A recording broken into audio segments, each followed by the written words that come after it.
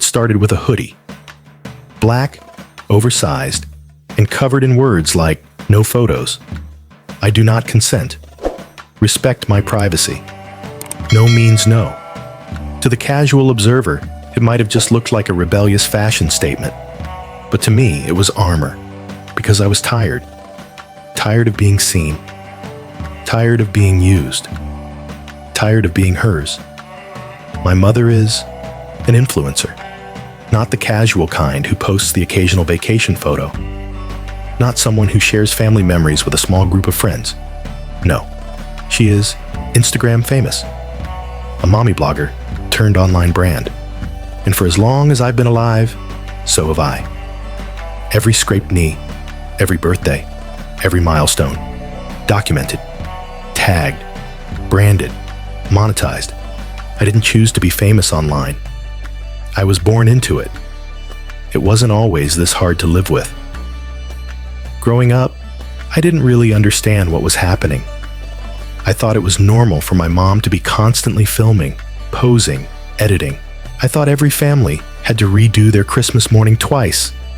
Once to open presents, then again, so my mom could film a candid shot for the gram. It was exhausting. But I was a kid. I didn't know I was being turned into content. But now I do. I'm a teenager. I have a real name, real dreams, and a real fear of what people will find when they Google me. Because it's all out there. Hundreds of photos. Stories about me, written in her voice. My awkward phase. My first crush. My temper tantrums. All immortalized for likes. You might think I could just talk to her. Set some boundaries. I did. Again. And again. And again. At first, she promised. No new photos without asking. No posts if you say no. But her asking turned into something else. If you want money for the school trip, maybe don't make this a fight. I thought it was fine because your face wasn't showing. You're just in the background. It wasn't negotiation. It was manipulation. I'd say no. She'd post anyway.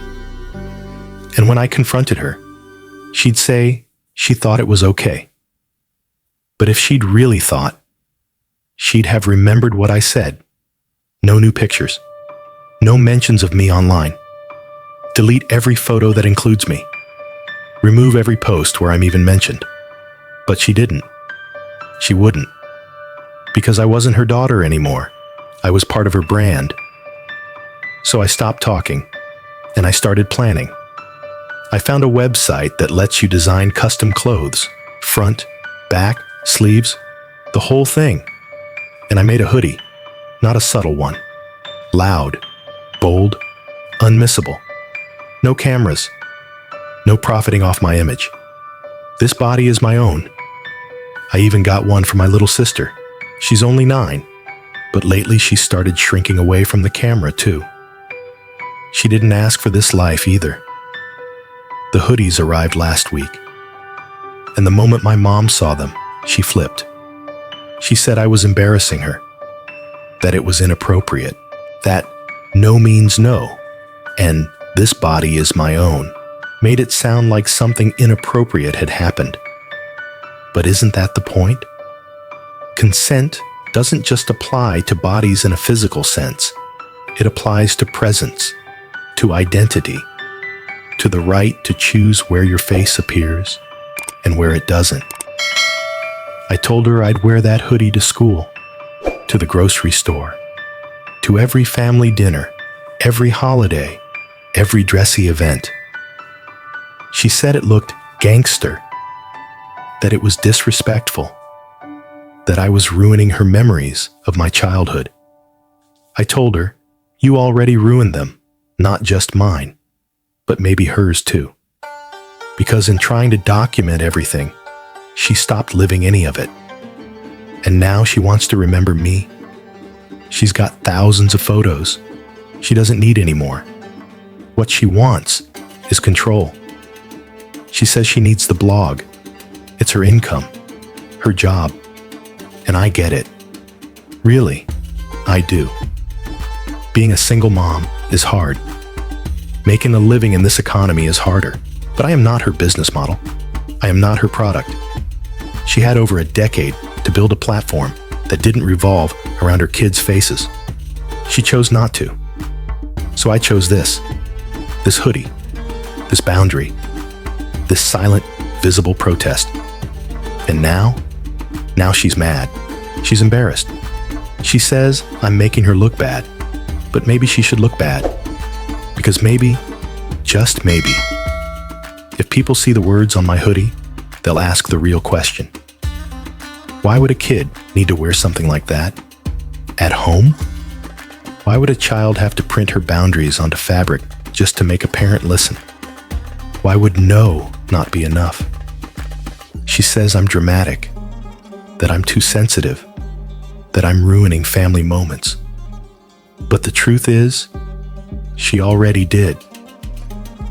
When she turned those moments into monetized memories, when she made my childhood into content, she never asked me what it felt like to have people I've never met know the name of my first pet, my favorite snack, the time I wet the bed at 6. She never asked me what it's like to walk into school and know someone might have seen my life without knowing me.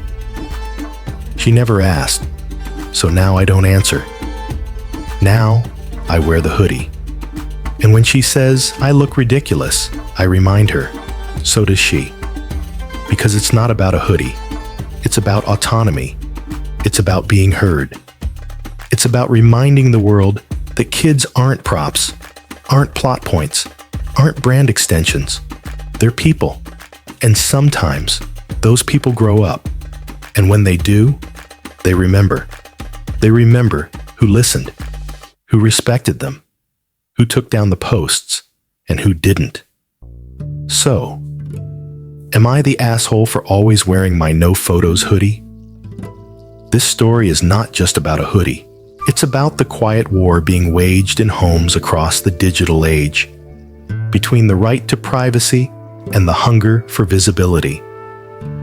As a culture, we've normalized the idea that sharing every part of life online is connection.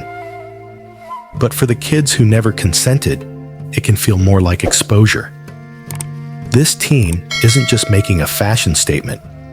They're reclaiming their identity, one stitch at a time. And what's most haunting about this story isn't the hoodie. It's that it had to exist in the first place.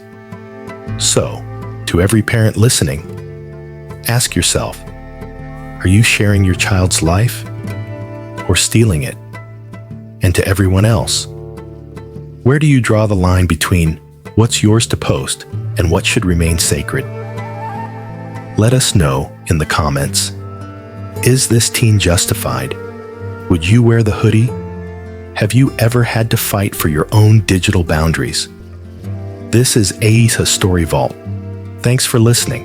And remember, sometimes the most powerful protest is silence in bold letters.